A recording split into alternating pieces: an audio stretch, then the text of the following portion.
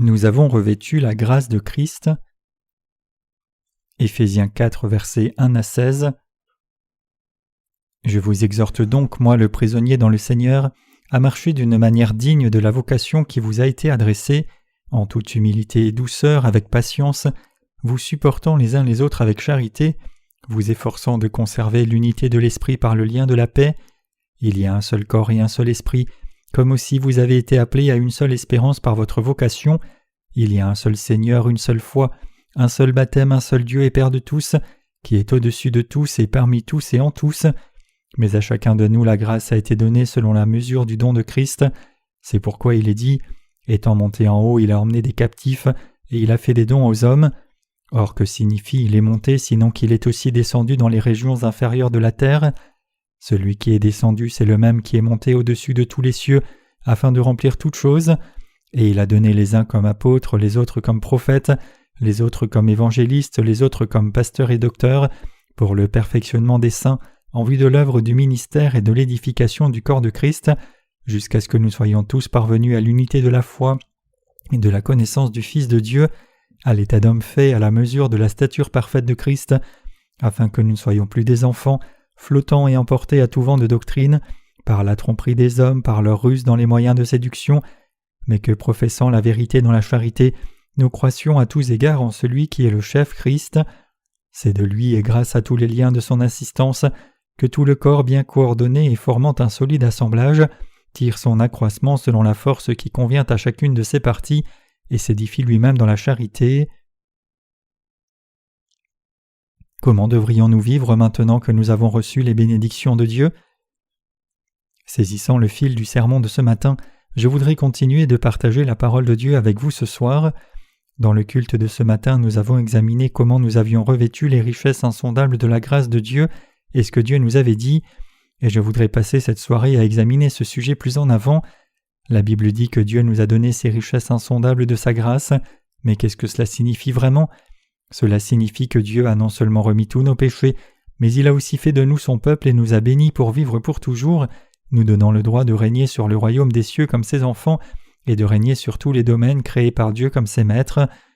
C'est pour cela que l'apôtre Paul a dit « Je vous exhorte donc, moi le prisonnier dans le Seigneur, à marcher d'une manière digne de la vocation qui vous a été adressée, en toute humilité et douceur avec patience, vous supportant les uns les autres avec charité, vous efforçant de conserver l'unité de l'esprit par le lien de la paix. » Éphésiens 4, versets 1 à 3. Nous avons revêtu ces richesses insondables de la grâce. C'est parce que Paul a aussi revêtu cette grâce abondante de Dieu qu'il a dit « Je vous exhorte donc, moi le prisonnier dans le Seigneur, à marcher d'une manière digne de la vocation qui vous a été adressée, en toute humilité et douceur avec patience, vous supportant les uns les autres dans la charité, vous efforçant de conserver l'unité de l'esprit par le lien de la paix. » Éphésiens 4, versets 1 à 3. Comme la Bible le dit ici, nous devrions effectivement marcher dignement dans l'appel dont nous avons été appelés, et tout comme l'apôtre Paul nous y exhorte ici, tout chrétien doit aussi marcher dans la sainteté et la bonté, se supportant patiemment les uns les autres dans l'amour selon la parole de Dieu. La Bible dit que parce que nous avons revêtu les richesses insondables de la grâce et les bénédictions de Dieu, nous devons être humbles, bons, patients envers les autres et se supporter les uns les autres dans l'amour. En d'autres termes, c'est parce que Dieu nous a donné tant d'amour, nous a tant bénis et nous a supportés si patiemment qu'il nous commande de vivre notre foi sur cette terre comme ceux qui ont revêtu les bénédictions incommensurables de Dieu. Si nous savons vraiment que nous avons reçu les bénédictions insondables de Dieu, alors nous vivons notre foi. Si nous avons effectivement reçu la rémission des péchés et sommes devenus le peuple de Dieu par l'évangile de l'eau et de l'esprit, alors cela ne peut que signifier que nous n'avons pas de quoi nous vanter. En effet, nous avons tous des limites, et donc nous sommes poussés à remercier Dieu pour sa grâce et le glorifier. Donc quoi que nous accomplissions, nous en donnons toujours le crédit à Dieu pour nous avoir fortifiés, confessant que ces accomplissements étaient possibles seulement par la puissance de Dieu et ses bénédictions répandues sur nous. Le Seigneur nous a aussi dit d'être bons. Personne de ceux qui sont vraiment justes ne hait une autre personne ou n'essaye de blesser ou ruiner quelqu'un. Quand Dieu nous dit de marcher avec bonté, il veut que nous nous traitions les uns les autres avec bonté et nous aidions à mener une vie meilleure. C'est pour cela que Dieu nous a aussi dit de nous supporter dans l'amour. Éphésiens 4, verset 2. Bien que nous soyons pleins de limites, puisque le Seigneur nous a donné les bénédictions insondables de sa grâce, Nous avons atteint notre salut, mais nous avons aussi le droit de régner sur le royaume des cieux et de vivre bénis pour toujours dans sa gloire. Dieu nous a dit clairement ici dans le passage des Écritures d'aujourd'hui que si nous voulons vraiment vivre par la foi comme ses rachetés, nous devions nous supporter les uns les autres comme Dieu l'a fait pour nous, tolérer les erreurs des autres et nous apprécier les uns les autres dans nos vies. Paul nous rappelle continuellement que nous avons revêtu les richesses insondables de la grâce de Dieu. Nous avons reçu tellement de bénédictions spirituelles du Seigneur que nous ne pouvons même pas les compter. Et notre Seigneur nous dit à tous, « Si tu as revêtu toutes ces richesses insondables de ma grâce, alors marche de façon digne de mon appel. » C'est ce que le Seigneur nous dit à tous. Donc nous devrions toujours vivre par notre foi dans la parole de Dieu, nous rappelant que Dieu nous a donné ces richesses insondables de sa grâce. L'apôtre Paul nous parle à nous, membres de l'Église de Dieu. Le Seigneur nous a dit de nous efforcer de garder l'unité de l'esprit par le lien de la paix. Éphésiens 4, verset 3. Ce passage signifie que notre Seigneur nous a sauvés de tous nos péchés et que nous ne devons donc pas briser l'unité de ce salut. En d'autres termes, étant donné le fait que Dieu lui-même est venu sur la terre incarné dans la chair d'un homme et nous a sauvés de tous les péchés du monde par l'évangile de l'eau et de l'esprit, nous avons ce devoir de défendre la cohésion dans le royaume de Dieu. Notre Seigneur nous a dit clairement ici de ne pas haïr les autres ou de nous diviser pour succomber aux scissions, mais de garder l'unité de l'esprit par le lien de la paix. Il nous a dit de défendre l'évangile de l'eau et de l'esprit par la foi et de veiller sur le corps de Christ dans lequel le Seigneur nous a tous unis sans le laisser tomber. Effectivement, il est absolument impératif pour nous tous de vivre notre foi dans l'évangile de l'eau et de l'esprit que notre Seigneur nous a donné, et nous devons nous soutenir les uns les autres et nous aider, gardant le lien de l'amour, défendant notre foi et préservant dans l'unité du Seigneur. Faites confiance à vos leaders d'Église établis par Dieu et suivez-les par la foi. En Éphésiens 4, versets 4 à 5, Paul parle de l'Église de Dieu et explique ce qu'elle est en disant « Il y a un seul corps et un seul esprit, comme vous aussi avez été appelés à une seule espérance par votre vocation. Il y a un Seigneur, une seule foi, un seul baptême. » Ce passage montre clairement que l'Église de Dieu est le corps de Christ. Jésus-Christ est la tête de l'Église de Dieu. Il est le cep et nous sommes ses sarments. Donc le Père, le Fils et le Saint-Esprit sont le tronc et nous sommes les branches. Comme le tronc et ses branches sont un, Dieu et nous, tous les membres de son saint corps, sommes un. L'Église de Dieu est son corps. Nous sommes les ouvriers du royaume de Dieu et son peuple. Dieu le Père avait planifié de nous sauver en Jésus-Christ, et Jésus-Christ est venu sur cette terre pour accomplir le plan du Père, et il a accompli notre salut par l'évangile de l'eau et de l'esprit. De plus, le Saint-Esprit demeure dans le cœur de tous ceux qui ont reçu la rémission des péchés. C'est parce que nous sommes devenus un comme cela que Paul a dit « Vous avez été appelés à une seule espérance par votre vocation » Éphésiens 4, verset 4. Effectivement, comme vous et moi sommes devenus membres de l'Église, le corps de Dieu, nous sommes un avec le Saint-Esprit qui demeure dans nos cœurs. C'est nous qui constituons l'Église, le corps de Dieu, et c'est nous qui avons reçu l'appel de Dieu. Puisque Dieu nous a appelés dans les richesses insondables de sa bénédiction, nous sommes maintenant capables de vivre dans l'espérance. Vous et moi devons donc vivre par la foi, réalisant clairement que ces bénédictions insondables nous attendent. Il est absolument indispensable que nous saisissions ici que Jésus-Christ a répandu ces richesses incommensurables de sa grâce sur tous ceux qui croient dans l'évangile de l'eau et de l'esprit. Combien de bénédictions Dieu nous a-t-il données ? Bien sûr, il nous est possible d'être déçus si notre souhait n'est pas exaucé. Nous pouvons même désespérer, pensant que nous sommes seuls à souffrir pendant que tout le monde prospère, et sentir que nous n'avons pas reçu de bénédiction de Dieu. Cependant, nous devons tous réaliser clairement que nous jouirons de toute la gloire du ciel. C'est pour cela que l'apôtre Paul a parlé de l'Église de Dieu ici. Aujourd'hui, Dieu nous dit « Vous avez reçu de grandes bénédictions. La souffrance que vous endurez ne peut se comparer à la gloire à venir. Une vie glorieuse attend chacun de vous. Vous vivrez une vie glorieuse pour toujours. Sachez que vous avez reçu ces bénédictions merveilleuses et vivez en fonction par la foi. » Effectivement, vous et moi devons réaliser et croire de tout cœur que Dieu nous a donné des bénédictions abondantes dans nos cœurs et que nous le revêtirons et en jouirons même dans l'avenir. Bien sûr, il est absolument impératif que nous ayons tous foi dans l'évangile de l'eau et de l'esprit, mais il est aussi impératif que nous ayons la foi que nous jouirons de toutes les bénédictions de Dieu un jour. À moins que nous n'ayons cette foi et cette espérance, nous finirons par chercher seulement ce qui est sur la terre et être guidés par les choses terrestres. Une vie dont l'espérance est placée sur les choses terrestres n'est pas le genre de vie que Dieu veut que nous vivions. Le Seigneur dit que la foi, l'espérance et l'amour demeureront, mais la plus grande c'est l'amour. Non seulement nous avons foi dans l'évangile de l'eau et de l'esprit, mais nous avons aussi foi dans l'amour de Dieu et l'espérance de vivre dans le royaume des cieux. Vous et moi vivons sur la terre comme ceux qui ont reçu la rémission des péchés en croyant dans l'évangile de l'eau et de l'esprit, mais si nous ne regardons pas à la gloire dont nous jouirons dans le royaume des cieux, nous ne vivons pas vraiment une vie chrétienne. Toute vie chrétienne sainte est menée en regardant à la gloire qui vient. C'est pour cela que nous menons nos vies de foi pour diffuser l'évangile sur la terre. Les justes, en d'autres termes, vivent pour servir l'évangile de l'eau et de l'esprit. Notre foi est venue d'une source commune. La Bible dit en Éphésiens 4, verset 5, qu'il y a un seul Seigneur, une seule foi, un seul baptême. Nous croyons tous dans la justice de Dieu, tous ceux qui ont reçu la rémission des péchés en croyant en Jésus-Christ comme leur Sauveur, tous ceux qui appellent le Père de Jésus-Christ leur propre Père et vivent par la foi, et tous ceux qui ont été remis de leurs péchés en croyant dans l'évangile de l'eau et de l'esprit en ce temps présent, croient qu'il y a un seul Seigneur, une seule foi et un seul baptême. Éphésiens 4, verset 5. Notre Maître est Jésus-Christ, le Fils de Dieu qui nous a sauvés de tous les péchés du monde. Il est le Dieu qui a répandu la bénédiction du salut éternel sur nous. Tout comme la Bible le dit ici, il n'y a qu'une foi. Cela signifie que notre foi dans la vérité de l'évangile de l'eau et de l'esprit est une. Il n'y a pas d'autre vrai évangile en dehors de cet évangile exclusivement vrai. Il y a aussi une seule foi qui peut sauver tout le monde du péché. La foi qui nous permet d'être sauvés de tous les péchés du monde est une, tout comme nous avons une foi commune dans la gloire et les bénédictions dont nous jouirons à l'avenir. La foi que nous sommes devenus enfants de Dieu est aussi une. En bref, toute croyance que nous avons vient d'une source commune. Le passage des Écritures dit aussi qu'il y a un baptême.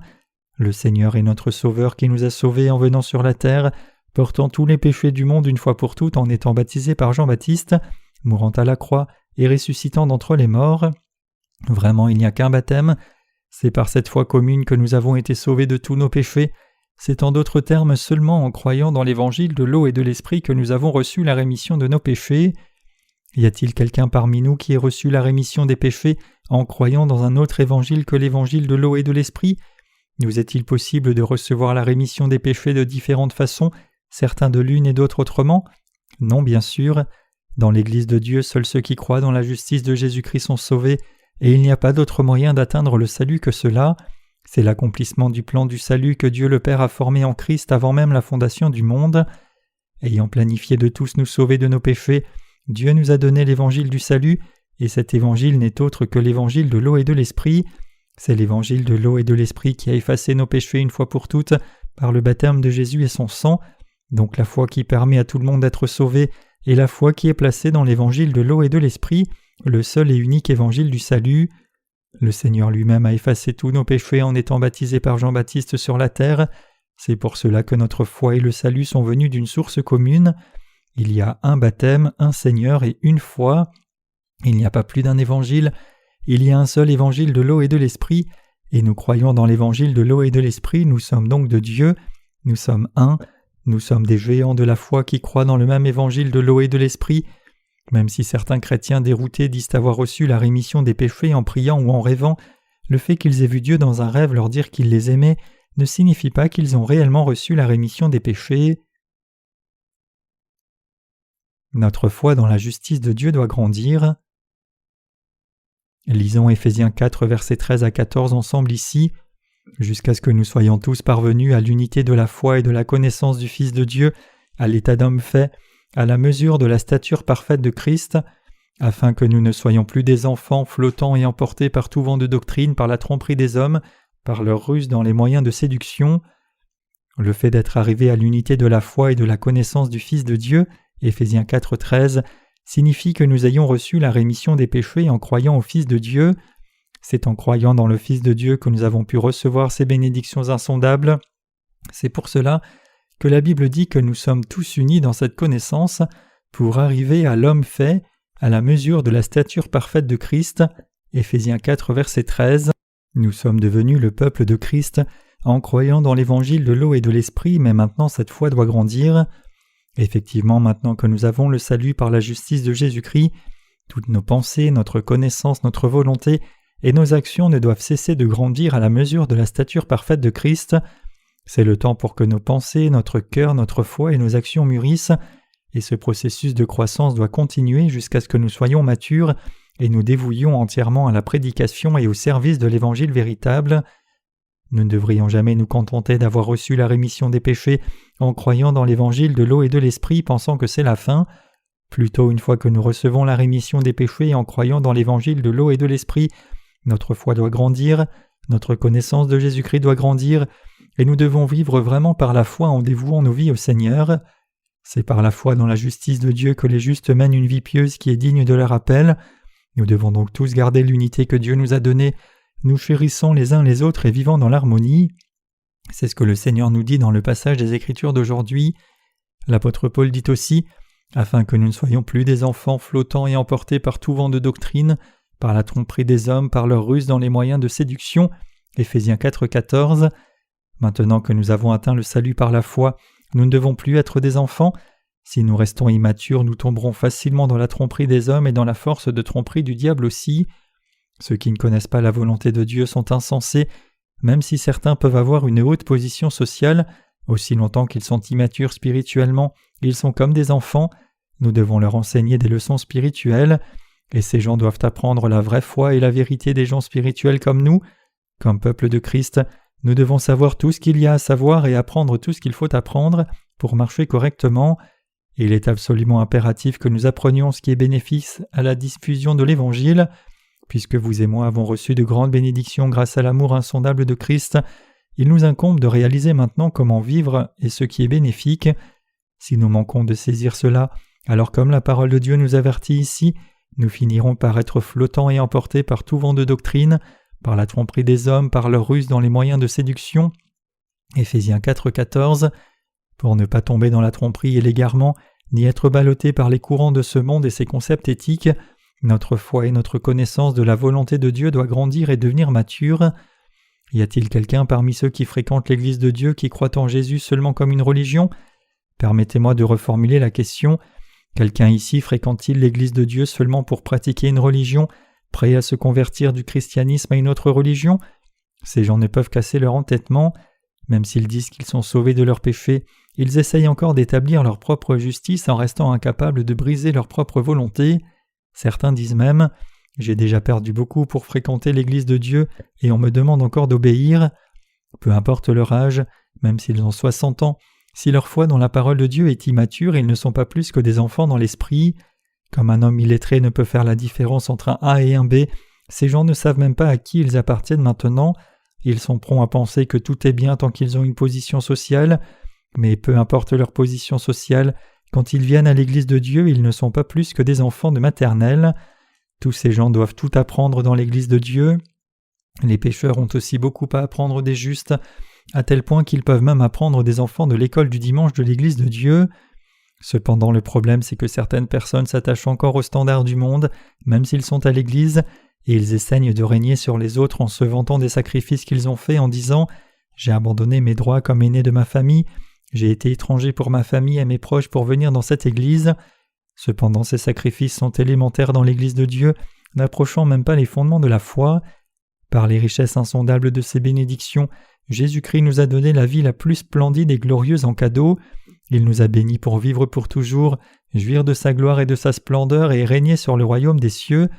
En dépit de toutes ces bénédictions, si quelqu'un se prévaut des petits sacrifices qu'il a faits, alors cette personne ne connaît pas encore les bénédictions incommensurables de Christ.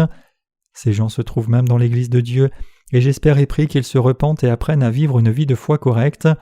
Puisque vous avez tous vécu dans le monde, quand vous avez reçu la rémission des péchés pour venir dans l'Église, vous ne pouviez que regarder l'Église de votre propre perspective. Cependant, ce n'est pas bon. Notre perspective doit être informée par des questions comme ce que Dieu nous dit, ce qui lui plaît et ce qui est bénéfique à l'Évangile. Nous devons donc tous réaliser que Dieu a établi son Église et établi ses leaders pour travailler comme ses serviteurs, afin de nous bâtir comme corps de Christ.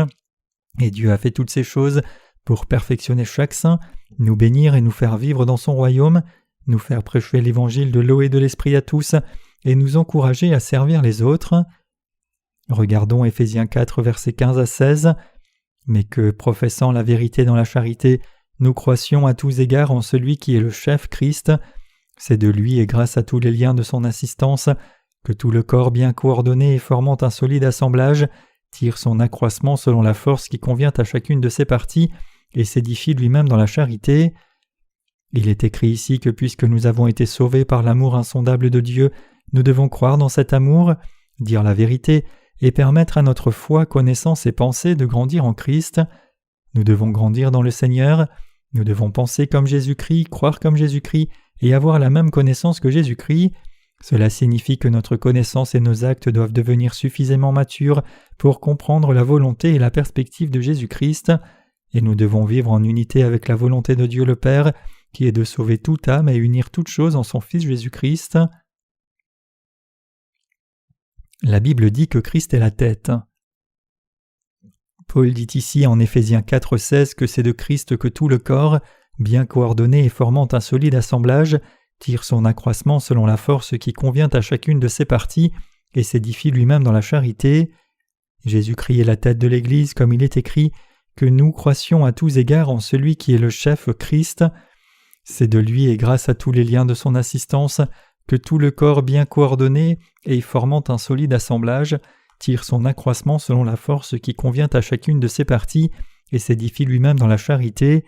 Éphésiens 4, versets 15 à 16, c'est un passage extrêmement important. Le Seigneur nous a dit clairement que nous sommes unis par toutes les jointures dont le corps a besoin. Cela signifie que chaque saint doit être uni à Dieu. C'est le mystère de l'Église de Dieu. La tête de l'Église de Dieu, c'est Jésus-Christ et nous sommes membres de son corps. Comme la Bible dit que tout le corps est bien ajusté et lié ensemble par chaque jointure du fournissement, nous sommes unis. Parce que je suis lié à vous et vous à moi, le corps entier de Christ est uni par chaque membre qui en soutient un autre, et c'est pour cela que nous pouvons suivre la volonté de Dieu et vivre dans l'unité avec lui pour son plaisir. Comme le corps de Jésus-Christ grandit comme cela, il couvrira finalement le monde entier de l'évangile de l'eau et de l'esprit, et accomplira ainsi la volonté de Dieu le Père. L'apôtre Paul a aussi dit que l'Église de Dieu fait toutes ces choses pour s'édifier lui-même dans l'amour. Éphésiens 4, verset 16. Cela signifie qu'en tant que membres de l'Église de Dieu, nous devons nous édifier dans l'évangile de l'eau et de l'esprit par notre foi commune, nous soutenir, nous encourager avec la vérité, nous guider et nous conduire à recevoir les bénédictions de Dieu et partager ces bénédictions dans nos vies. Ainsi l'Église de Dieu ne fait jamais rien d'autodestructeur. S'il y a des membres faibles, nous devons les aider dans leurs soucis et les conduire. S'il y a des membres qui manquent de formation, nous devons les former. S'il y a des membres qui ne connaissent pas la volonté du Seigneur, nous devons leur enseigner ce qu'est l'intention du Seigneur. Et s'il y en a qui sont plus spirituels que nous devons nous laisser conduire et accepter leur direction. En bref, nous devons tous nous aider et nous guider les uns les autres. C'est pour cela que le Seigneur dit que l'Église est unie et jointe par toutes les jointures, apportant la croissance au corps qui s'édifie lui-même dans l'amour. En fonction de cela, il est absolument impératif que nous fassions toutes les tâches qui nous ont été confiées dans l'Église de Dieu. Nous aidions, prenions soin de l'Église, prêchions l'évangile de l'eau et de l'esprit pour grandir avec plus d'âmes, recruterons le plus d'ouvriers possible et nourrissions notre foi pour grandir. C'est ainsi que nous nous édifions dans l'amour de Dieu pour ne pas tomber. Autrement dit, c'est par notre foi que nous nous édifions comme membres du corps de Christ. Quiconque croit dans l'évangile de l'eau et de l'esprit, c'est-à-dire quiconque a reçu les bénédictions abondantes de Dieu, ne doit pas essayer d'abaisser l'Église de Dieu, mais toujours chercher à amener la croissance et la prospérité de l'Église. Parce que nous sommes les parts de ce corps et ses jointures, nous devons nous aider et nous supporter les uns les autres dans nos vies. C'est ainsi que nous pouvons faire la volonté de Dieu le Père à la fin. L'apôtre Paul parle maintenant du mystère de l'Église de Dieu. Dieu le Père a répandu des bénédictions insondables sur l'Église, et il a aussi donné ces bénédictions à ses membres. C'est ainsi que tous les membres de l'Église de Dieu ont reçu ces bénédictions grâce à leur foi. Dieu dit clairement que c'est par son Église qu'il amène toutes choses ensemble dans l'unité et rend possible pour nous d'obtenir le salut de nos péchés, mais aussi de prêcher l'Évangile dans le monde entier, de nous unir avec Dieu et de recevoir toutes les bénédictions insondables qu'il nous a données. Nous sommes tous les membres indispensables de l'Église de Dieu. La Bible ne dit pas que certains d'entre nous seulement sont indispensables alors que d'autres ne sont pas nécessaires. Plutôt, elle dit que nous sommes tous unis pour faire la volonté de Dieu. Cela signifie que nous sommes absolument indispensables les uns pour les autres. Tous ceux qui sont nés de nouveau, justes et saints, ont besoin les uns des autres car Dieu veut unir tout le domaine de sa création à travers son Église, et il fait ce travail en ce moment même. Ayant établi des leaders dans son Église, notre Dieu leur fait faire son œuvre, et il nous rend tous parfaits comme ses croyants. C'est dans son Église que Dieu nous parle et nous donne la parole à prêcher, et c'est par son Église que Dieu nous fait servir et prêcher l'Évangile dans le monde entier. C'est pour cela que c'est dans l'Église de Dieu que nous servons maintenant le Seigneur et suivons sa volonté. L'apôtre Paul a souvent utilisé l'expression « donc » pour expliquer ses enseignements de façon logique. Par exemple, il nous a enseigné que Jésus-Christ nous a sauvés par l'évangile de l'eau et de l'esprit, et donc nous devons être unis à lui. Aussi, nous croyons dans la parole de Dieu, et par cette foi, nous pouvons réaliser que Dieu fait son œuvre à travers sa parole. Nous pouvons aussi réaliser que Dieu accomplit sa volonté par son Église, et nous pouvons voir que Dieu a béni tous les membres de son Église pour qu'ils aient foi dans sa parole, et il les nourrit pour que cette foi grandisse. Il est absolument crucial que nous réalisions ici que Dieu nous nourrit pour que nous grandissions et devenions des gens de foi matures. Nous ne restons pas seulement tels que nous étions quand nous avons été sauvés, mais nous continuons à grandir dans la foi. Ceux qui sont derrière nous suivent aussi nos pas comme prédécesseurs dans la foi pour continuer à grandir. C'est pour cela que Dieu dit si finement « Je bénirai ceux qui endurent la persécution pour mon nom devant les autres, je les bénirai sur la terre au centuple. » Dieu nous a effectivement donné les richesses insondables de sa grâce. Je crois cela de tout mon cœur, et je remercie Dieu pour cela. Je sais combien c'est merveilleux d'avoir revêtu cette grâce merveilleuse pour devenir membre de l'Église de Dieu, et donc je le remercie encore plus. Si je n'avais pas cru dans l'évangile de l'eau et de l'esprit, je n'aurais jamais pu devenir un membre de l'Église avec vous. C'est vrai non seulement pour moi, mais aussi pour vous. C'est parce que nous avons cru dans l'évangile de l'eau et de l'esprit que nous avons tous pu devenir membres de l'Église de Dieu. Et Dieu m'a fait savoir combien son Église est importante, et il m'a amené à la bâtir. Mais Dieu ne m'a pas permis d'amener n'importe qui arbitrairement dans son Église, mais il m'a fait prêcher l'Évangile en détail des centaines et des milliers de fois à tous ceux qui voulaient l'entendre, pour que je plante dans leur cœur la grâce insondable de la rémission des péchés que Jésus-Christ nous a apporté, l'Évangile de vérité de l'eau et de l'esprit, et toutes ces bénédictions qu'on ne peut compter. C'est ainsi que nous avons partagé et prêché cet Évangile, et c'est ainsi que nous avons été si bénis. Quiconque méprise l'Église de Dieu est insensé, sans aucun doute. Nous sommes les membres du corps de Christ demeurant dans l'Église de Dieu, et donc aucun de nous n'est inutile. Même si vos frères et sœurs peuvent ne pas sembler si importants que cela pour vous, ce n'est absolument pas le cas. Nous avons tous reçu des bénédictions précieuses de Dieu. Dieu nous a tous appelés dans la justice de Jésus-Christ, nous a tous sauvés par notre foi et nous a tous revêtus de son amour abondant et de bénédictions qu'on ne peut compter. Et Dieu nous a fait le privilège de servir Christ sur cette terre, nous a donné des fonctions dans l'Église pour que nous le servions volontairement, et a répandu sur nous les dons de l'Esprit pour que nous puissions servir Dieu le Père en obéissance à sa volonté. C'est si merveilleusement que nous sommes tous bénis. Parfois j'entends même certaines personnes dire « Je peux partir d'ici et ouvrir ma propre Église », mais ces choses sont nées d'une pure innocence. Bien sûr, je ne dis pas ici que vous ne pouvez rien faire si vous me quittez. Plutôt, le point ici, c'est que nous ne pouvons rien faire si nous quittons la justice de Jésus-Christ. Le Seigneur a dit « Je suis le cep, vous êtes les sarments » Jean 15, verset 5. L'Église de Dieu répand maintenant l'évangile de l'eau et de l'esprit diligemment dans le monde entier. Mais combien de temps pensez-vous qu'il faudra pour que le fondement de ce ministère soit posé ? Vous êtes maintenant venus dans l'Église de Dieu et avez reçu la rémission des péchés en écoutant et croyant l'évangile de l'eau et de l'esprit de tout cœur. Mais pour que cela soit possible, des saints ont dû dévouer leur vie pour poser le fondement de la foi. Ce travail est bien plus difficile que de poser des fondations même pour le plus grand gratte-ciel, si bien qu'on ne peut le comparer à rien. Ce n'est pas si facile, mais cela demande des larmes et du travail dur pour bâtir la fondation de l'évangile de l'eau et de l'esprit pour qu'il soit prêché. Comme la Bible dit, « Celui qui marche en pleurant quand il porte la semence revient avec allégresse quand il porte ses gerbes. » Psaume 126, verset 6. Bien sûr, l'Église de Dieu n'est pas bâtie seulement parce que nous versons des larmes et travaillons dur. Il est beaucoup plus indispensable pour nous d'avoir un leader dans la foi qui croit dans l'évangile de l'eau et de l'esprit de façon inébranlable, et ce leader doit se soumettre à la parole de Dieu. Même si nous sommes tous les saints de Dieu, cela ne signifie pas nécessairement que nous sommes tous également les serviteurs de Dieu. Après tout, il y a différents degrés dans notre foi, non seulement dans nos dons et talents visibles extérieurement, mais il est faux de juger quelqu'un sur son apparence extérieure. Plutôt, nous devons regarder dans le cœur de quelqu'un et voir sa foi dans la parole de Dieu. Je ne me vante pas ici, mais c'est le Seigneur qui m'a fait servir l'évangile de l'eau et de l'esprit. M'ayant suscité comme premier leader de l'Église, Dieu m'a fait prêcher l'évangile de l'eau et de l'esprit, témoigner de cet évangile aux autres pour qu'ils connaissent sa vérité et bâtir son Église. De même, Dieu vous a aussi conduit ici comme membre de son Église et vous a fait servir son évangile. Nous ne devons pas nous permettre de succomber à la folie spirituelle même en étant dans la justice de Dieu. Vous avez beaucoup de chance tout comme moi. Nous avons pu revêtir ces richesses insondables de la grâce de Dieu au-delà de toute compréhension. Nous ne pouvons pas en prendre le crédit parce que nous étions tous de méchants pécheurs destinés à l'enfer. Donc tout ce que nous pouvons faire, c'est nous confier en Dieu et lui donner toute notre reconnaissance et la gloire à lui seul. Les mots ne peuvent pas décrire combien nous sommes tous heureux et joyeux. Peu importe comment vous êtes venus dans l'Église de Dieu, que vous soyez venus à l'Église de vous-même ou que vous ayez été amené par quelqu'un d'autre, vous devez réaliser ici combien c'est heureux que vous soyez maintenant en mesure de demeurer dans l'Église de Dieu, servir l'Évangile avec les autres saints et dédier votre temps et vos efforts à l'œuvre de Dieu. Vous vivez maintenant une vie si merveilleusement bénie. Dans le passage des Écritures d'aujourd'hui, l'apôtre Paul nous parle à vous et moi, membres de l'Église. Tous ces passages en Éphésiens sont donnés à ceux qui ont revêtu les richesses insondables de la bénédiction de Christ.